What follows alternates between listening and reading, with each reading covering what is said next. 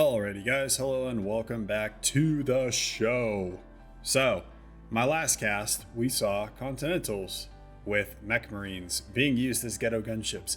I was looking at that and I was like, this can't work, right? Like there's no way that this can work, but it actually did pretty well in the game. So I want to put this to the test a little bit, see if this is actually like a viable way to use Continentals as ghetto gunships. I think that kind of the whole ghetto gunship thing is a little bit more of a meme than it is like an actual game strategy. But regardless, I want to put it to the test. We want to see how well this can actually work in the game. So we're going to be looking at 3 key points in today's video. It's going to be a little bit of a shorter video. We're going to look at the data around cost, performance, etc. We're going to look at some real world scenarios. So we're going to stack it up against static AA and ASFs. And finally, why you may or may not want to use this in your games. So let's get into it. From the data side, the Continental with the mech marines looks really good, to be honest with you. It has higher DPS as well as higher DPS efficiency. And this is definitely due to the fact that it's loaded with some of the most mass per DPS efficient units in the game, being the T1 mech marines. If you guys don't know, as you ascend kind of the tiers within Fortune Alliance Forever, the damage per second per mass invested efficiency goes down pretty dramatically as you go from T1 to T2 to T3. The big advantage of moving up those tiers is you get more damage concentrated in a smaller space, so they can actually use their weapons instead of having 1,000 strikers trying to get into a particular base. So I would attribute some of the stats that we'll look at to that. But looking at the data, and I'll drop this on the screen, broadsword starting off has a damage per second of 250, mass cost of 1500. It costs 65,000 energy. It has a max airspeed of 10. I don't know what 10 means. I think 10 means like, going back to my last video, it probably means something to the tune of like 500 or 600 miles per hour. 6,000 HP, and the overall damage per second per mass invested is 0.166 repeating. The ghetto gunship stats are as follows. This includes the mech marines, so all 28 slots are going to be loaded with mech marines. Damage per second total of 683. Total mass cost of 2,240, again, including the mech marines. Energy cost of 55,860. This does include, there is an additional cost to this. So there is a 400 energy upkeep for the shield on the Continental, top airspeed of 15, which probably means it goes 1,000 miles per hour. An HP of 4,500 with a shield of 400 HP. And the damage per second per mass invested is 0.31, so roughly double that of the broadsword. So at this point, looking at the stats in the game, this makes the ghetto gunship pretty compelling, honestly. And I'm really surprised right now because I didn't expect the stats to favor the ghetto gunship so handedly in the game. Like, I understand that T1 units are very efficient from a mass per DPS invested.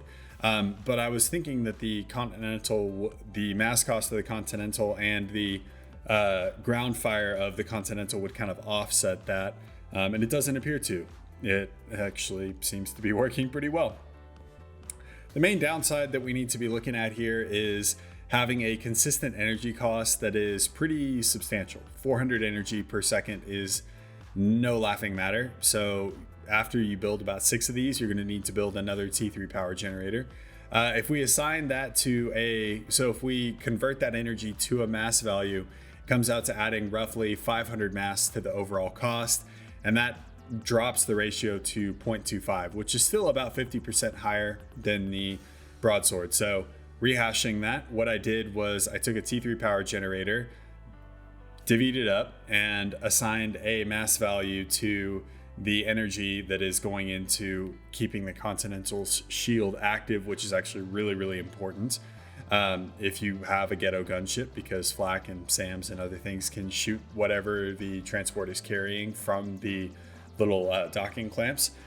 So once we add that 500 mass, which is the number I came to from building additional power, that drops the ratio pretty significantly. Still about 50% higher than the broadsword, but it does drop it a good amount.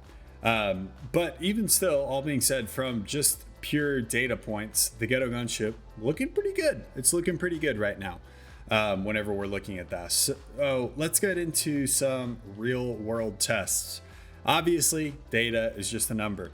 And while it can't be indicative of performance, real world tests are far better at showing how things are going to be performing. So we're going to be looking at 3 primary tests. The first of which is going to be against air superiority fighters, 15 of them to be precise. We'll look at how long survival is, as well as how many or if any ASFs die during the tests. Then we're going to be looking at it against SAM sites, and then we'll test against land units. So we'll see what the damage per second is output from these units once we mass normalize against land units. So starting with ASFs. Mass normalizing as much as we can, that amounts to about 4 ghettos to 7 gunships. And the Continentals lasted about 20 seconds against the ASFs, roughly the same with the broadswords coming in at about 19 seconds. So the way that I tested this out was I had 15 ASFs, put them on patrol, I put the gunships on patrol, and I just let the ASFs do their thing. I tested this several times. The average was 20 seconds roughly for both of them. 20 seconds for the Continentals, 19 for the broadswords, which is honestly within margin for error. So I would say that's relatively inconclusive. Moving on to the SAMs, it takes roughly 14 seconds for 4 SAMs to take out the Continentals with 1 casualty on the SAM side, while the gunships actually last a good deal longer and takes down 2 of the SAM sites instead of just 1. So the gunships are definitely really enjoying the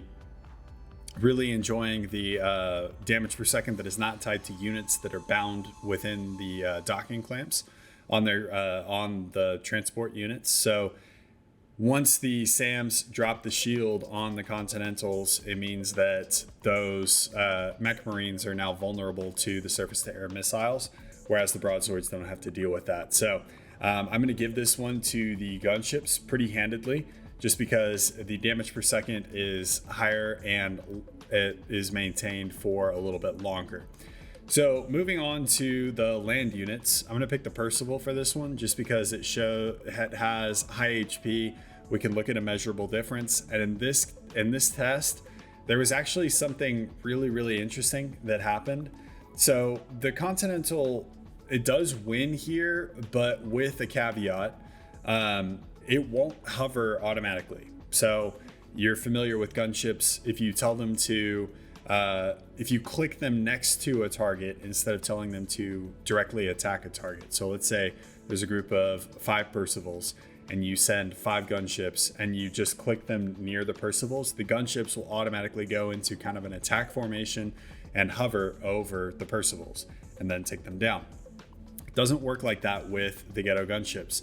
So Ghetto gunships, if you just click them next to a Percival, they will not attack. Or they will attack, but they go into this weird, like, I'm hovering, but I'm not hovering kind of mechanic. And that allows the Percivals to actually use their ground-based weapons against the Continentals. And as I'm sure you can understand, if a Percival is locking onto a Continental loaded with mech marines, that Continental is not going to last that long in that fight. So if you're able to micro the Continentals and keep them moving and don't allow them to land like they want to do, then they do better in this particular test. So gonna give the win to the Continental, but with an extreme caveat there, mostly due to an actions per minute limitation and a micro limitation. So let's move on to which is better. The Continental with mech marines wins statistically and in a couple of the tests that we did, but has a gigantic weakness. Whatever you're attaching to the transport is vulnerable to AA. So it's vulnerable to flak, vulnerable to SAMs. I don't know if it's vulnerable to T1. I don't think that transported units are vulnerable to T1 AA, but I got to double check on that. Mech marines can be shot down by the anti-air, and that is a huge weakness within this particular strategy, because that's where most of your damage per second is actually coming from. The other thing to note is that it requires roughly 3 times the actions per minute or more to make the Ghetto gunship work here. You have to build the mech marines, then you have to attach them to the transport, and then you can move like your transports to attack enemies. While with the gunships, you can go right to work. You can build the gunships. They're going to be staged for you. You click and drag, send them to attack units, try and stay out of ASF's ways, etc. So the gunships, while they are less efficient from a in-game resources perspective, they are vastly more efficient from a player resources perspective. And that's a key thing that we need to differentiate and break apart, is that in-game resources are only half of the battle. There's also a player's resources as far as like actions per minute, attention span, etc. That are all going to be limiting factors, and those come into play and limit the Continental with mech marines way more. And really the last one is the Ghetto gunship requires a really high amount of energy to function. 400 energy per tick to operate the shield is really expensive. And even though we assigned a mass value and found that the Ghetto gunship was still more efficient whenever it comes to DPS per mass invested, you have to build an entire T3 power generator to operate 5 Ghettos with this strategy. While the broadsword is nowhere near the same cost. I think the broadsword has like an energy cost of like 20 because it has a radar jammer on it. So very, very negligible once you're at T3. Once you're at T3 power, but the Ghetto gunship can actually put a pretty significant dent in your power grid. The only place where I think the Continental wins is if the target has no AA and if you use patrol orders to keep the units airborne, which is kind of what we saw in the cast from, I think it was last week, where the player that was using the Continentals was actually doing a pretty good job of keeping them airborne over the harbs and other things that he was attacking. So overall, while promising initially, I think the real world tests do kind of shut down the Cinderella story for the Ghetto gunship here. And while it might be viable in certain isolated situations, it's kind of one of those things where, you know, would you rather be stuck in the woods with a Swiss Army knife or with a scalpel? You probably want to take a Swiss Army knife there, just because it's going to be more appropriate for more scenarios, whereas a scalpel is very targeted for one specific scenario. So I think the Ghetto gunship here is kind of the scalpel. It does one thing, it does that one thing pretty well, but there are so many different conditions that have to be met in order for the Ghetto gunship to survive that I don't think it makes it a compelling argument for this. I really wanted this to work, actually. I was really, really excited whenever I was running the numbers, but ultimately whenever you throw it against real world tests, it doesn't quite hold up the way that I wanted it to. So anyway, I'm going to end the video there. I really hope you guys enjoyed it, and I will see you guys in the next one. Peace.